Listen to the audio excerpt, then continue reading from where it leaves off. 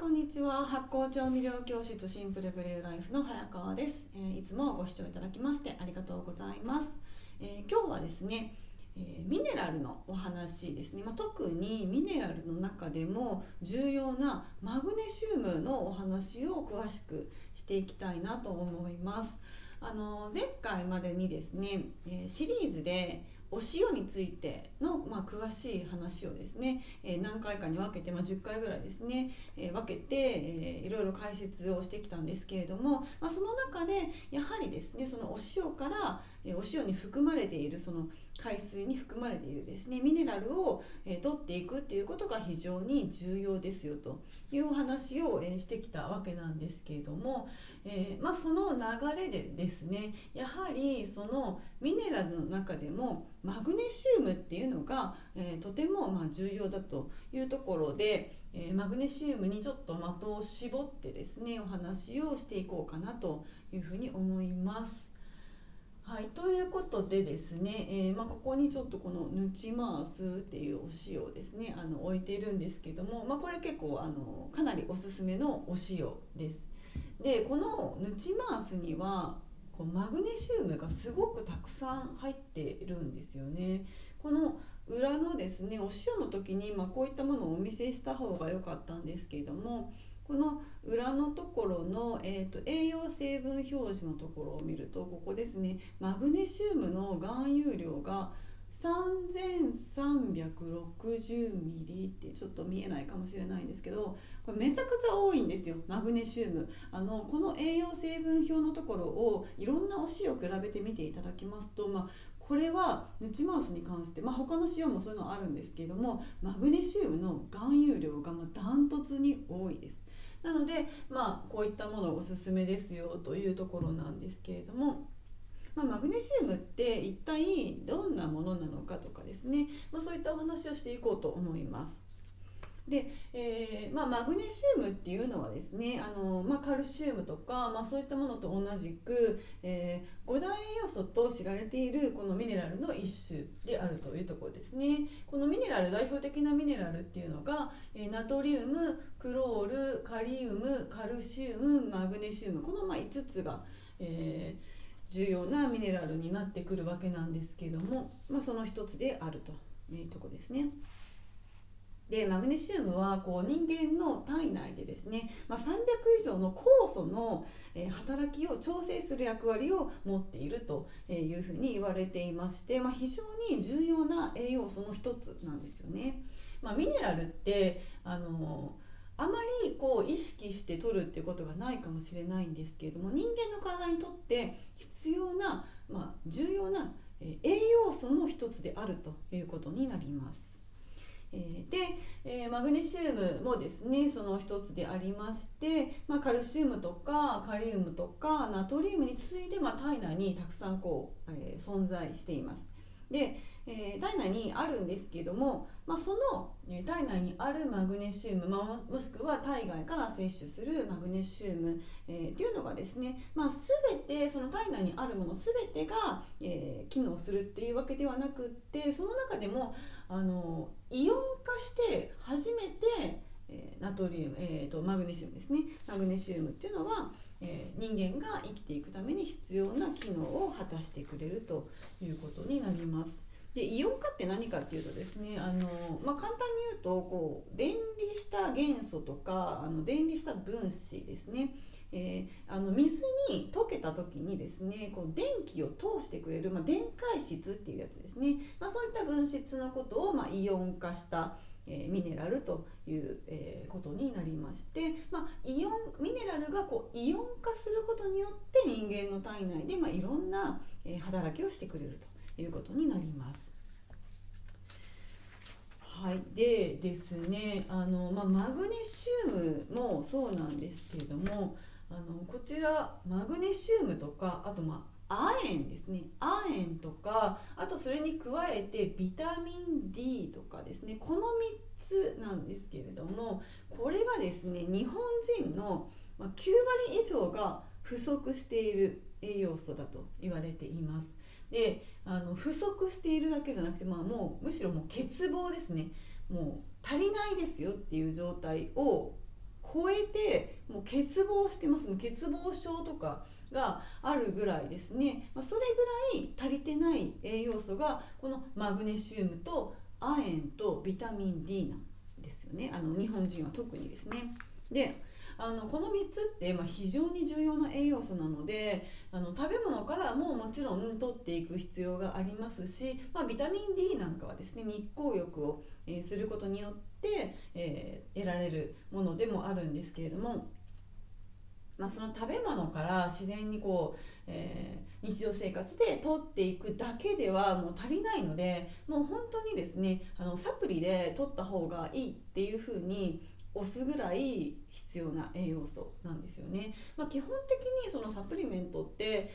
取った方がいい取らない方がいいっていう意見は分かれるとは思うんですけれども、私もあまりですねそのサプリメントばっかりをたくさん取るっていうよりかは基本食事で栄養素っていうのを満たしていくってことが重要だと思っているんですけれども、それでもサプリで取った方がいいんじゃないかっていうぐらい、足りてない欠乏しているという、ものなんですよね。なので積極的に取っていきたいといったところです。でマグネシウムっていうのはタンパク質を合成してくれたりとか筋肉とかですね神経の伝達とか、そういったことに役立ったりとか、あとは血糖値のコントロールとか血圧のコントロール、そういったことにも深く関与しているというものなんですね。なので体内で起きるいろんな化学反応の非常に多くの化学反応に関与している、それがマグネシウムなんですね。酵素の働きを助けるとか、あとはその環境ホルモン、化学物質、重金属とかですね、そういったもの、そういった毒素ですよね。いわゆる人間の体にとって毒になるようなものからのダメージを防いでくれるとか、あとはこの体内に蓄積してしまった毒素を解毒するという役割、そういった重要な役割を担っているのがマグネシウムです。なのでこの人間はその体内のマグネシウムが不足すると非常に良くない状態になるんですよね。マグネシウムが不足していたらイコール不健康みたいなイメージですね。そうやって言っても過言ではないぐらい重要なものなんですね。必要不可欠な、栄養素です。最重要ミネラルがマグネシウムということになります。でそういった重要なマグネシウムなんですけれども、日本人はですね非常に足りてないということで、だいたい必要量としては1日に 350g、350mg ですね。350mg から 500mg ぐらいが必要だというふうに言われているんですけれども、大体ですねその日本人の平均摂取量っていうのはもう全然それに足りてなくて 200mg とか、250mg ぐらいしか摂取できてないというふうに言われています。で一応数字でそうやって出てはいるんですけども、実際はですねもっともっと低いということになっています。でね、なぜかというとですね、それはですね一応その食べ物から、お野菜とかですねいろんなものからマグネシウムって摂取できるんですけれども、摂取する量自体も足りてないし、かつマグネシウムってどんどん消費されていってしまうんですよね。なので食べてもどんどん消費していくので、プラマイでもうマイナスみたいになっていってしまうといったところですね。でお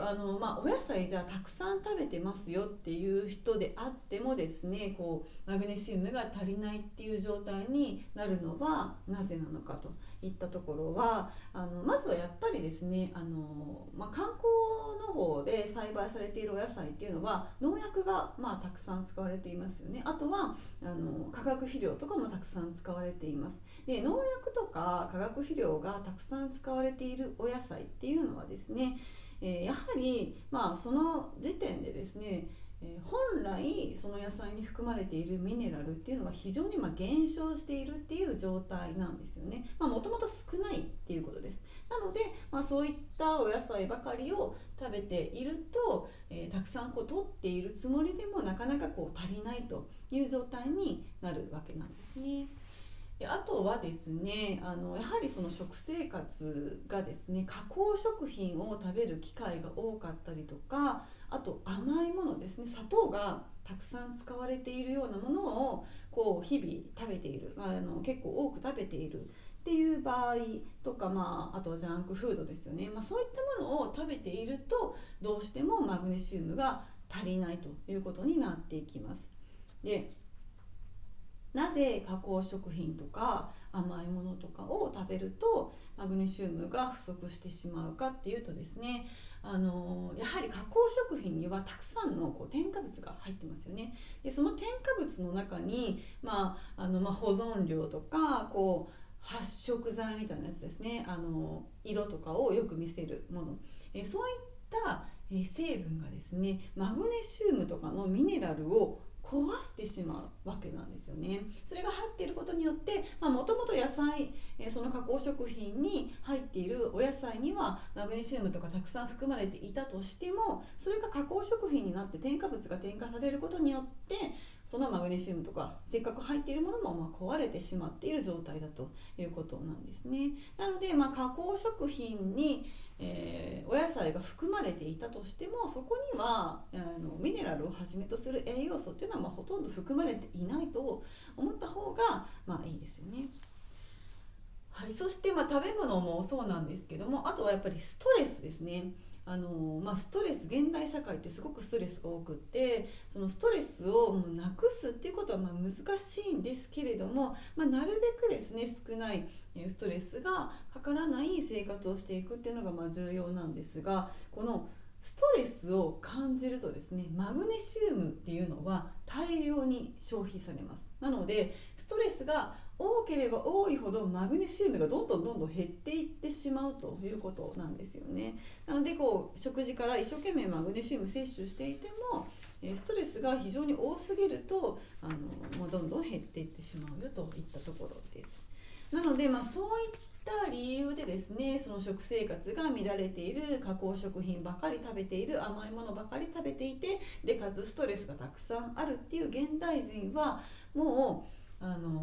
みんなマグネシウムが不足しているという状態になってしまうというわけなんですね。はい、ということで、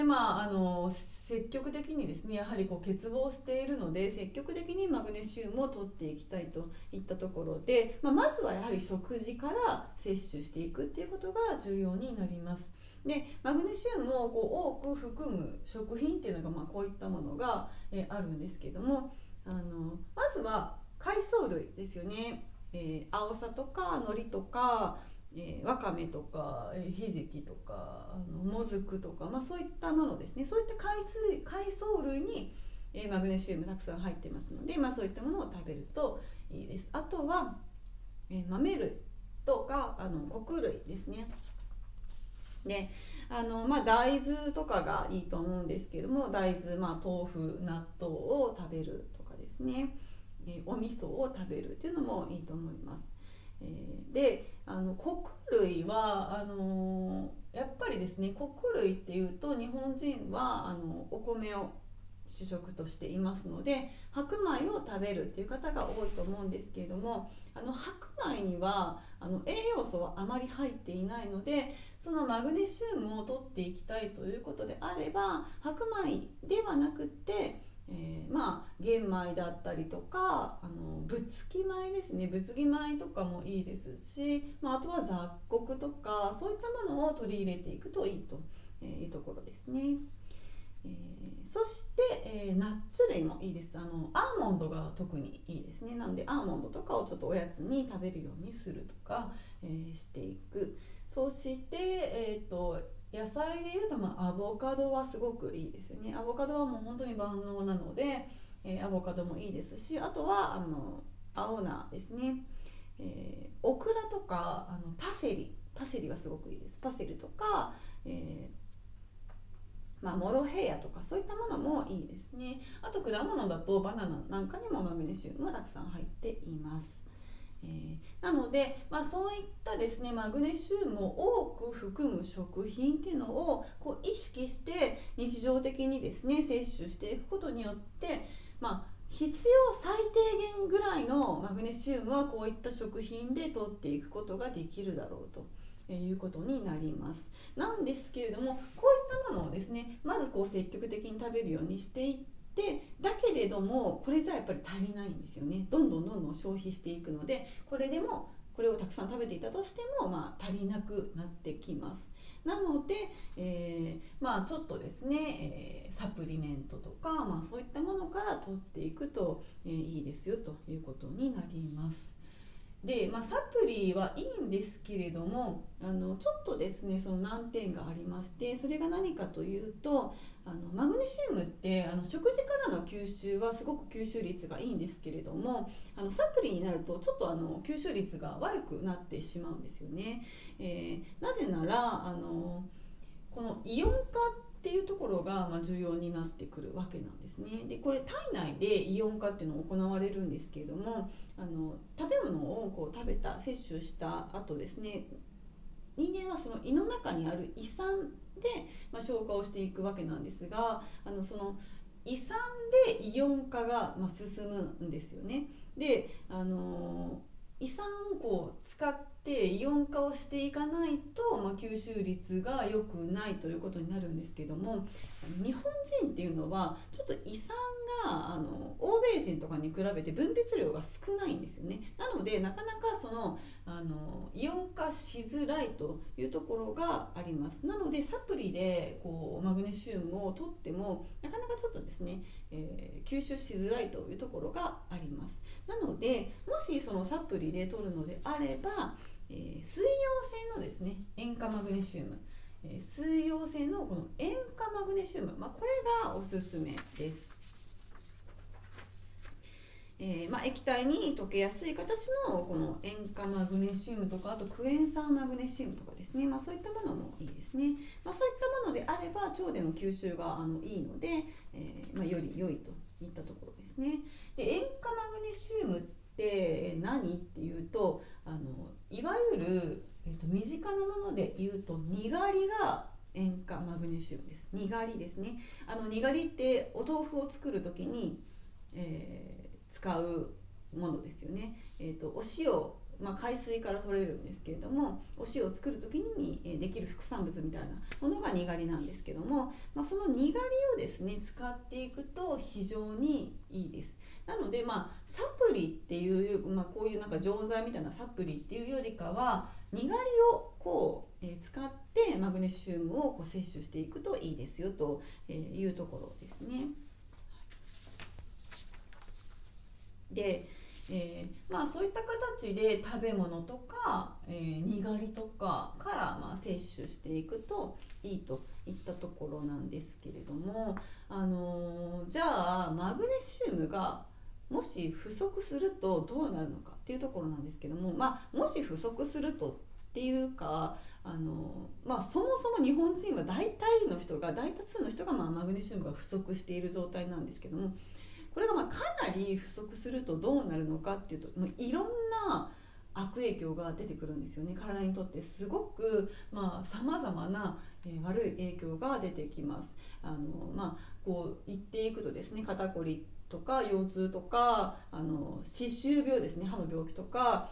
アトピー性皮膚炎とか、骨が弱くなる骨粗しょう症とか、糖尿病とか高血圧ですね、あとは片頭痛が起きたりとか、動脈硬化が起きたりとか、心筋虚血性心疾患、そういったものになったりとか、あとメタボですね、肥満にも関連してきます。大腸がんとか膵臓がんとか、がんにもなりやすかったりとか、胆石とか、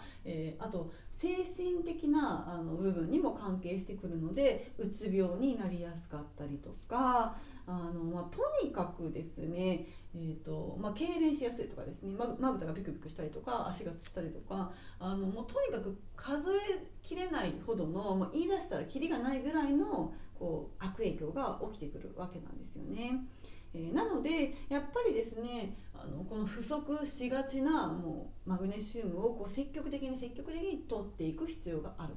ということになります。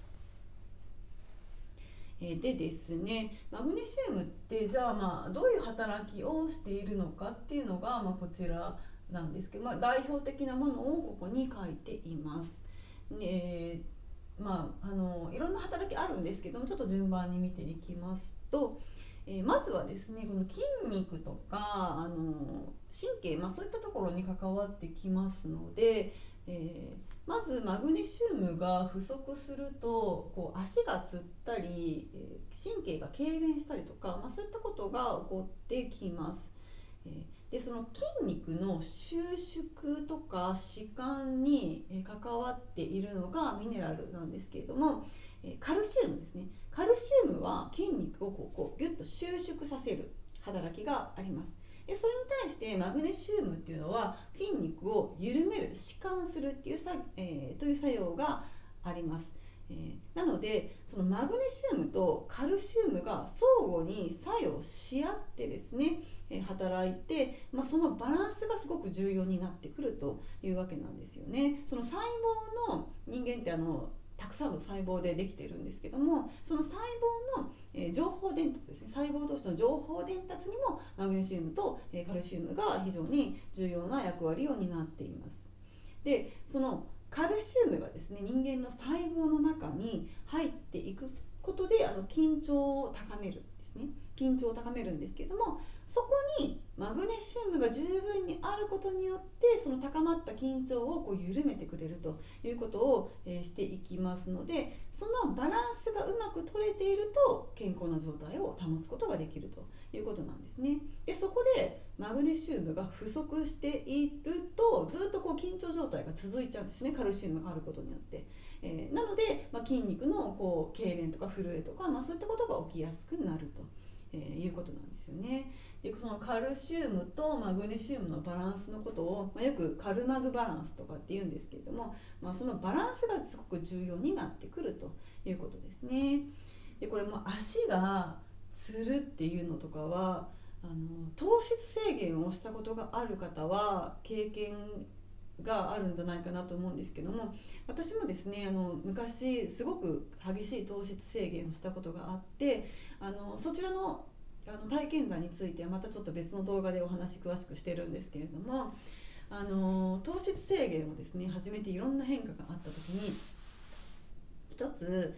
大きなことがあったのが足がつるっていうことなんですよね。それまで足がつるなんてことをほとんど経験したことがなかったんですけれども、糖質制限をこう始めてしばらくしてから、夜中とか朝起きた時とかにベッドの中で足がめちゃくちゃつるんですよね。で何なんだろうって思っていて、調べたら、どうやらそれが原因だったっていうところで、要は糖質制限をしているとご飯をあんまり食べないんですよね。白米とか、穀類をあまり食べない、豆類もあんまり食べないんですよね、糖質が多いので。なので、そういったものを極端に制限していたことによってマグネシウムが非常にこう不足していたっていう状態になってたんですよね。なので糖質制限とかをですねされる方はきちんとですねその不足する分のマグネシウムを補っていかなければいけないんですけども、なんで糖質制限とかする方の間ではこうヌチマスとかが結構流行っていたりするという形なんですね。はい。そして続いては、このストレスとかですね、この精神的な部分にもこう作用してくるというところなんですが、マグネシウムは別名高ストレスのミネラルというふうにも言われていまして、神経の高ぶりをこう抑えるような作用がある、緩めてくれるみたいな感じですね。こうイライラした気分とかをこう穏やかに、してくれるという作用があります。で精神の安定のためにこうマグネシウムってすごく必要なんですけれども、ただこれマグネシウムはストレスを感じることによっても大量消費されるんですよね。なので精神安定にも必要で、ストレスをこう感じさせないためにも必要なんだけども、ストレスを感じるとどんどんこう消費されていくので、とにかくこううつ病の傾向があるとか、すごく気分が沈んでいるとか、常にイライラしているっていう方はマグネシウムが非常に重要になってくるというわけなんですね。めちゃくちゃこう消費されている、大量に消費されているという状況になっています。はい。い、そして続いては、メタボ予防ですね。ダイエットとかメタボっていうものの予防にも非常に重要なのがマグネシウムです。特にですね、糖分ですね、食事からこう摂取すると、それをですね、この取った糖をエネルギーに体内でこう変えていかなければいけないんですけれども、その糖をエネルギーに変えるのにマグネシウムが必要になってくるわけなんですね。なので、そのマグネシウムが不足していると糖をちょっと溜め込みがちになってしまったりとか、あとはこの脂肪の吸収を抑えるっていう役割も、マグネシウムは担っていたりしますので、そのメタボ予防にもマグネシウムは重要になってくるということなんですね。痩せたいとか太りたくないという場合にもマグネシウムは大事になってきます。はい、そして続いては骨ですね。骨を強くするのにもマグネシウムは重要になるといったところですね。マグネシウムがこう少なくなっている状態、不足しているとこうカルシウムがですねうまく骨の中に入っていけないという、やっぱりここでもカルシウムとマグネシウムのバランスっていうのが非常に重要になってくるんですけれども、うまくそのカルシウムが骨に入っていかないし、かつ骨に取り込まれたカルシウムがどんどん骨から流出していきやすくなるんですよね、マグネシウムがないと。なのでマグネシウムが不足していると、いくらカルシウムをどんどん取っていったとしても骨が正常な状態に保てないということになるわけなんです。なので骨が脆くなったりとか、要はスカスカになっている骨粗しょう症っていう状態ですね、そういった状態になってしまうといったところなんですね。よく骨を強くするためにカルシウムをいっぱい取りましょう、小魚取りましょう、牛乳取りましょうっていうふうに言われると思うんですけども、もちろんカルシウム取るのも重要なんですけども、それと同時にマグネシウムも一緒に取っていかないとダメだよということなんですよね。でよく牛乳っていろいろ良くないっていうのがあるんですけども、その牛乳が良くないですよっていうふうに言われる一つの要因としてカルシウムはあるんだけども牛乳にはマグネシウムはないんですよ、含まれてないんですよね。なので牛乳をずっと牛乳ばっかり大量に飲んでいるとカルシウムばっかりが入ってきちゃって、なのにマグネシウムがその分足りてないっていうところでバランスが崩れちゃうんですよね。それによってカルシウムいっぱい取っていても実は逆にどんどん骨が弱くなっていくっていう現象が起きちゃうんですよね。はい、なのでそういった意味で牛乳ばかりをですね飲んでいくのは良くないっていうのが一つの、理由です。なので骨を強くして骨粗しょう症を予防するためにもマグネシウムというのは重要になってきます。そして続いては飲酒ですね。お酒をですねやっぱりよく飲む方っていうのは私も毎日お酒飲むんですけれども、お酒を飲むとその取ったアルコールを中和していく、体内でですね中和していくのにここにもマグネシウムが必要になってくるんですね。でお酒を飲んで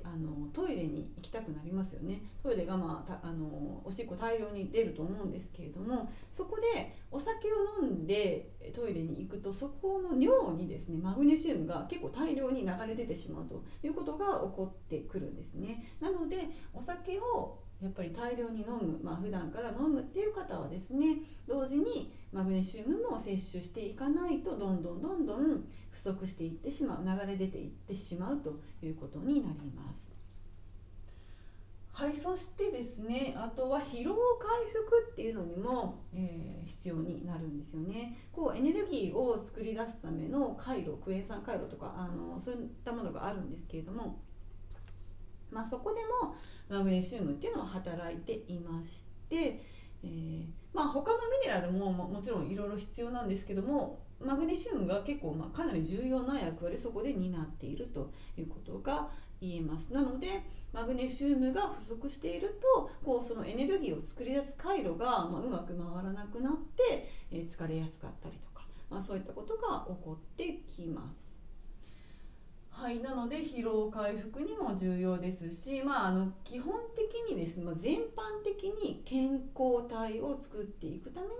に重要ですし、もちろん美容にも関わってくるということなんですよね。その最初に言ったように、約300ある酵素に300ぐらいの酵素の活性に関係しているマグネシウムが関与しているということがありますので、それはイコール美容とか健康にもつながってくるということになります。はい、なので、こういったいろんな働きをしてくれているマグネシウムなので、もう本当にですね重要なミネラルだということになります。はい、ということで、重要なマグネシウムを積極的に摂っていきたいですよねといったところでですね、で、食事から摂るのももちろん必要なんですけれども、おすすめなのはにがりなんですよね。先ほど言いました、サプリで摂るなら水溶性の塩化マグネシウムがいいですよというふうに言ったんですけども、それが手軽に摂れるものがこのにがりですよね。にがりってスーパーとかに普通に売っていますので、手軽に入手することができます。で、スーパーに売っているにがりってめちゃくちゃ濃度がそれのものによって全然違うので、薄いやつ、冷蔵庫で保管してくださいみたいな書いてある大量な結構量がたくさん入っているようなやつは薄いです。水で薄めてあるので、そういうものではなくて、なるべくこの原液みたいな濃いやつがいいですよね。で、ちょっとお値段は少量で少し高い、高いって言ってもこれぐらいの瓶で500円とか800円とか、それぐらいの程度だと思うんですけれども、そういった濃い濃度のにがりを購入していただいて、いろんなことに使っていくことができます。で、ここにですね、ざっと書いてあるんですけども、にがりを使っていろんなことができますよといったところですね。まずはですね、うがいとかですね、普通に喉のうがいとかもいいですし、あと鼻うがいですよね。鼻うがいってアーユルヴェーダとかでよくやるやつなんですけども、鼻をうがいすることによってこの鼻炎とかですね、花粉症とか、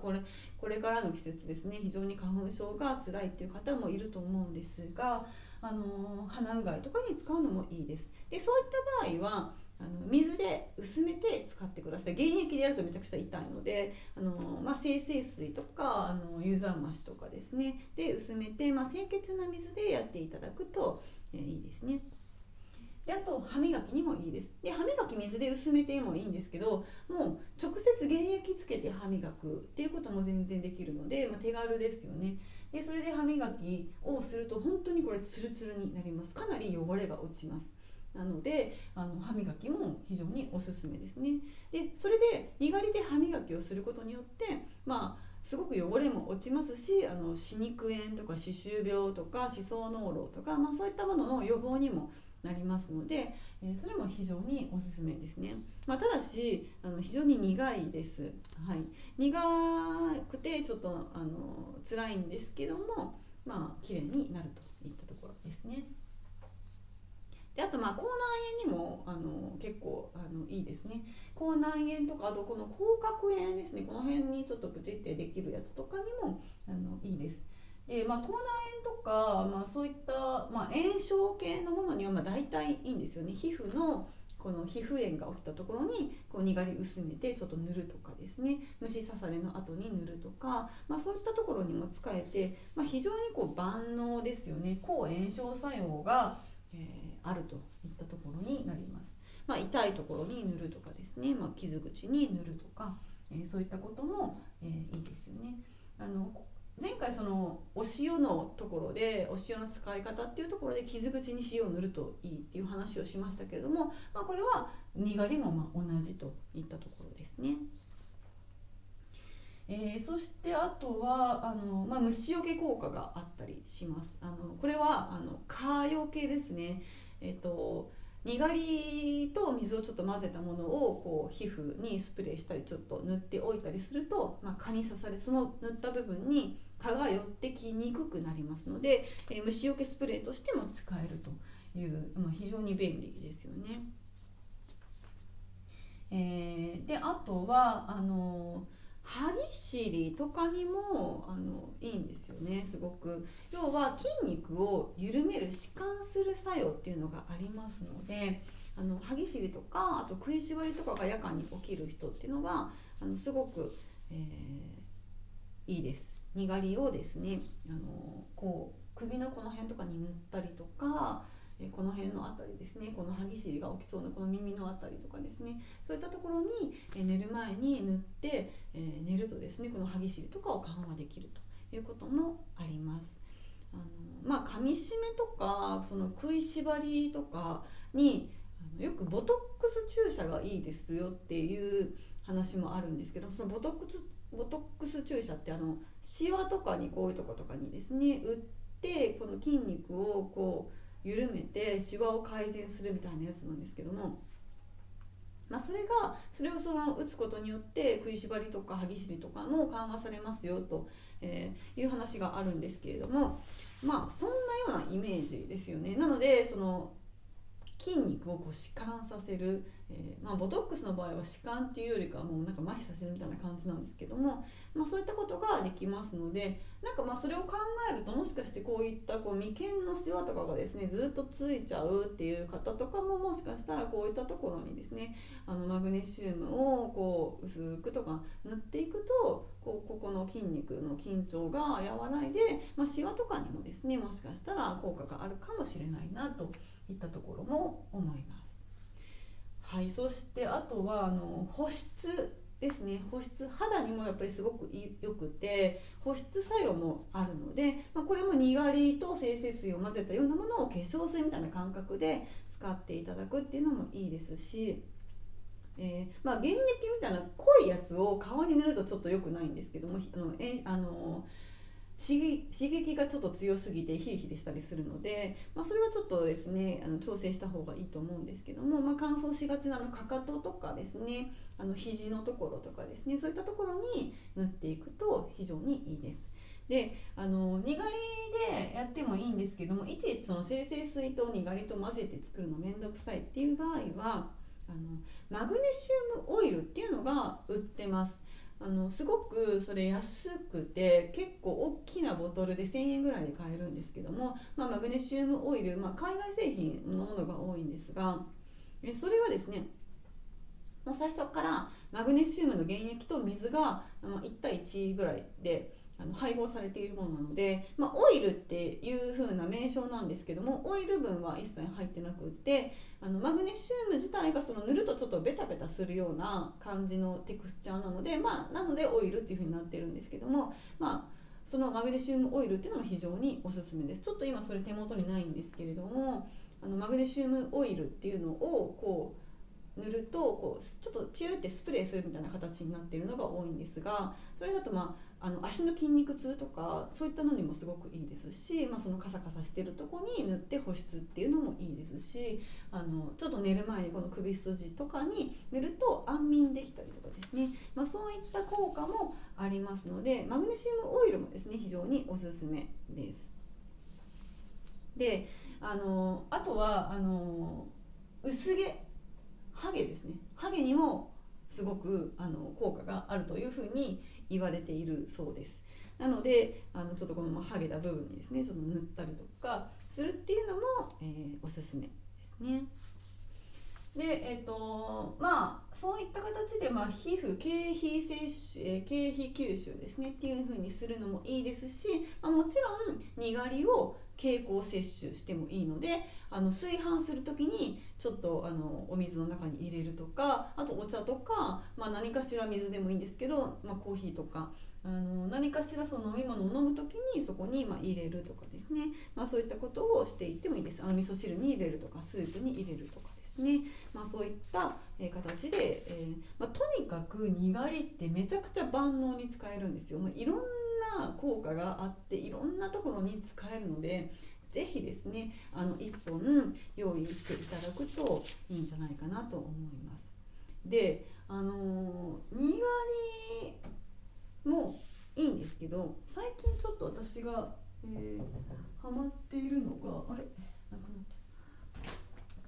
う。ちょっと取ってきますね。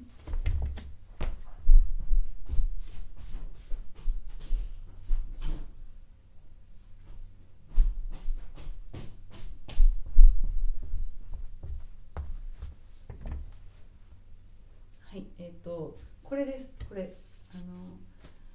この超高濃度マグネシウムっていうやつがあるんですよね。この体喜ぶって書いてあるやつです。この超高濃度マグネシウムがめちゃくちゃ使えます。にがりでもいいんですけど、これも本当にこの濃縮してるんですよね、マグネシウムだけを。なのでこれをこう1滴2滴とか飲み物に入れたりとか、お味噌汁に入れたりとか、炊飯の時に、入れたりとか、してもいいですし、これはニューサイエンスっていうところのやつなんですけど、これですね、高濃度マグネシウム、でこれを、にがりと同じような今言ったような使い方、うがいとか歯磨きとか、ちょっとヒリヒリするとこに塗るとかするといいんですよ。でめちゃくちゃこれ便利なんですよね。もうこれで濃度がめちゃくちゃ高いので、原液を使ってもいいですし、これをちょっと水で薄めて歯磨きするとか、ちょっと水で薄めてうがいするとか、すぐに使うことができるので、肌荒れがしてるところ、口角炎とかですね、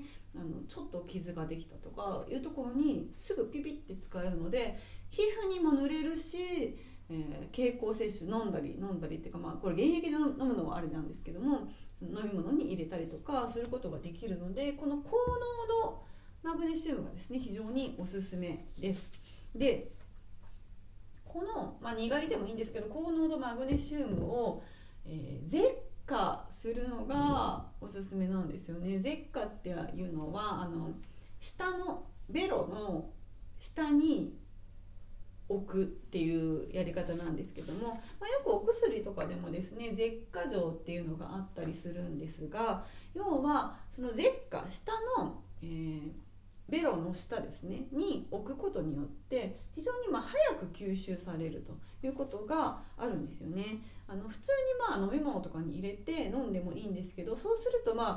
こう喉から胃に行って、で胃に一回入るので、そうすると胃酸でちょっと分解されちゃったりとか、胃酸の影響を受けるんですよね。で最終的に腸に行って吸収されるんですけども、それよりもより早く吸収される、その下のベロのですね、ベロの裏の粘膜から直接その血管へ吸収されるっていう、基準があるわけなんですね。なので舌下するっていうのは結構おすすめです。鼻詰まりがひどかったり鼻炎がひどかったりする場合とかに、こういう、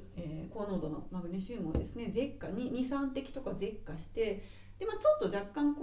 口の中に置いてですね、で、最終的にちょっと唾が出てくるので飲み込むんですけれども、少しここに置いておくっていうことをすると結構ですねスッて鼻が通ったりしますし、あとは目がパソコン作業とかずっとしていて、ずっとスマホとか見ていて目がめちゃくちゃ疲れてきたっていう時にもこれを舌下するとちょっとしばらくするとちょっとクリアになったりとかするんですよね。なんで結構即効性があります。あとはちょっと外食して、中華料理のすっごいくどいのとか食べちゃってめちゃくちゃ喉乾いたっていう時とかにもこれ舌下するといいですし、さっき言った寝る前の、歯の食いしばりとか歯ぎしりとかそういったものにも、舌下していくっていうのもすごく効きますので、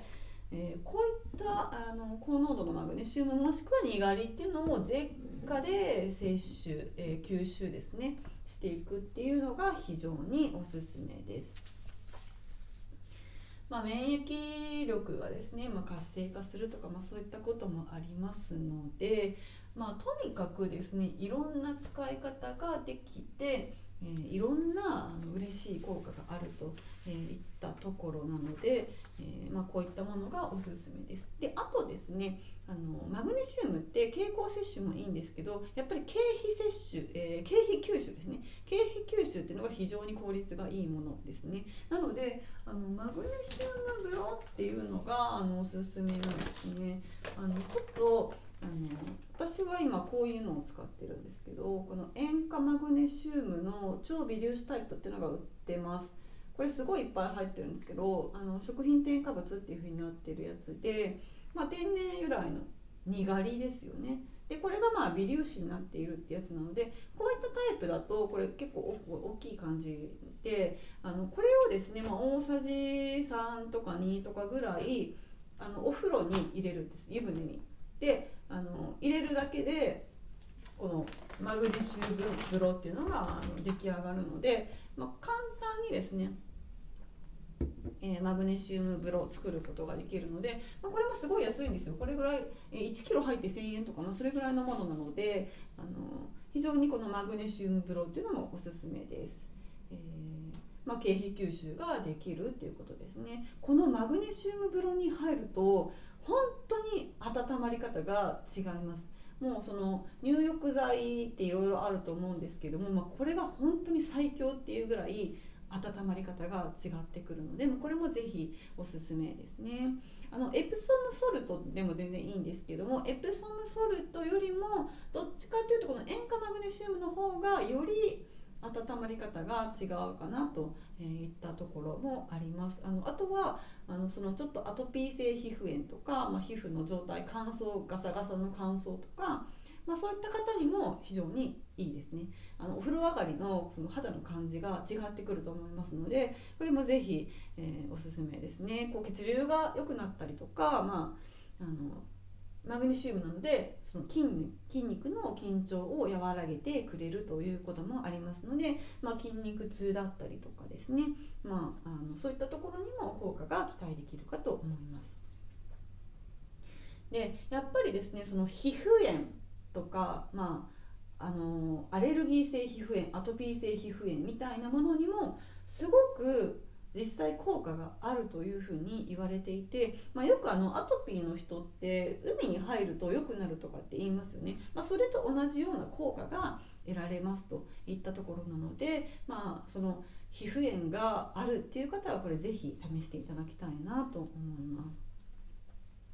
で皮膚に塗るってなると、このヌチマースっていうお塩の、これ食べるやつなんですけど、ここの会社から出ている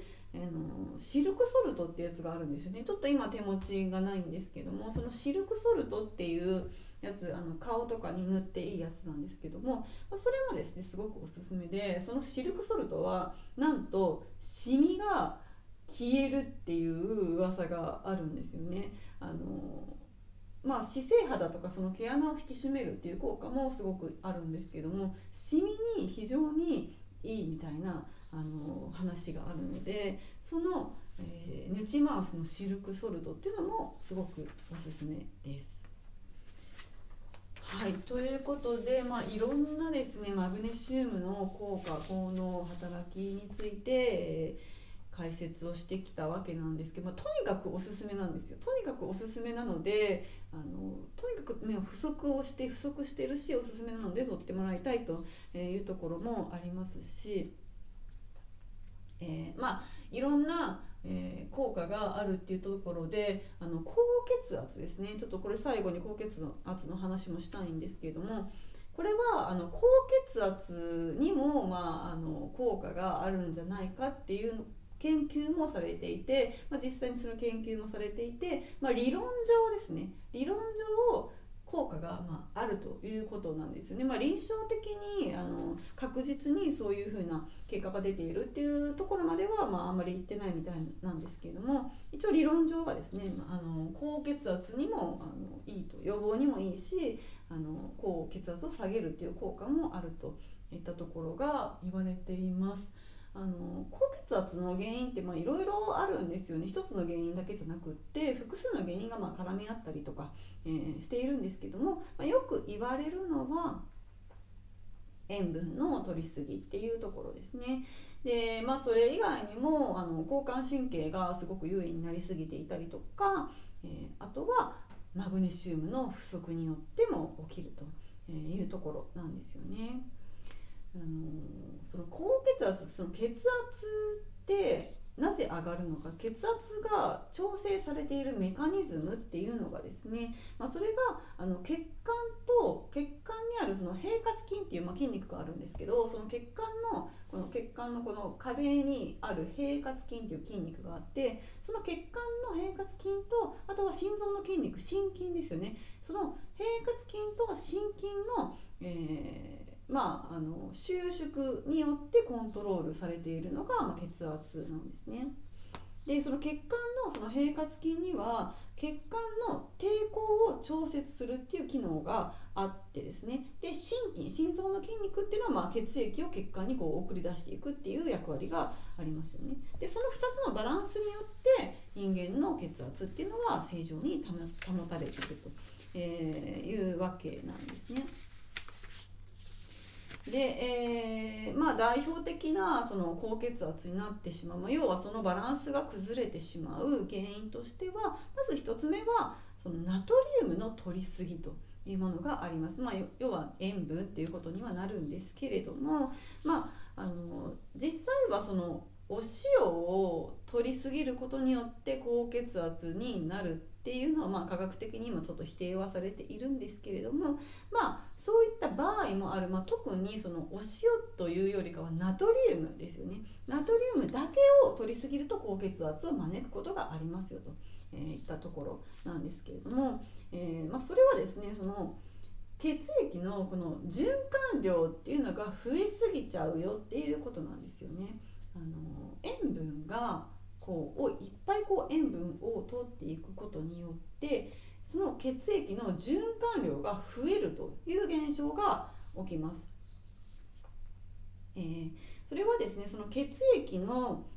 中にですね、その体内に塩分が少ない状態だと血液の循環量って循環液が減るんですよ。なんですけども、塩分が多いとその循環量が増えるという、仕組みがもともとあるわけなんですね、人間の体には。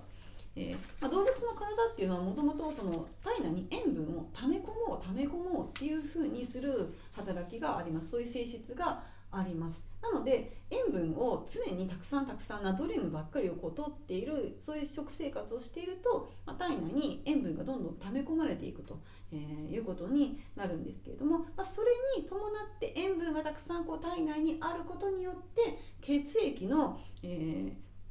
循環していく、流れている血液量っていうのが増えていきます。自然に増えていく、それによって血液がバーってジャーって流れていきますよね。で流れていく量が増えることによって血圧が高くなる、高血圧になっていくという仕組みなんですね。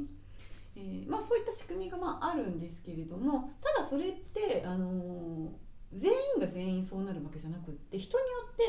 て違ってくるんですよ。その人によって食塩の感受性っていうのが違っていて、塩分をいっぱい取って最終的に高血圧になっちゃうっていう人もいれば、それ全然ならないっていう人もいるんですよね。なので、人それぞれちょっと違うのでですね、何とも言えないんですけども、極力ですね、そのナトリウムだけに偏った食生活をしないように注意するっていうことは必要になってくるかなと思います。はい、で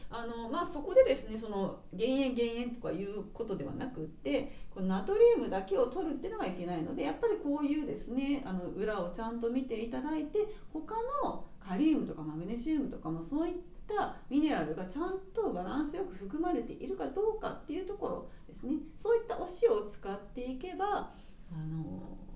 それでナトリウムだけを取りすぎちゃって高血圧になるっていうことは防げますので、そういったところをですね気にしていただくといいかなと思います。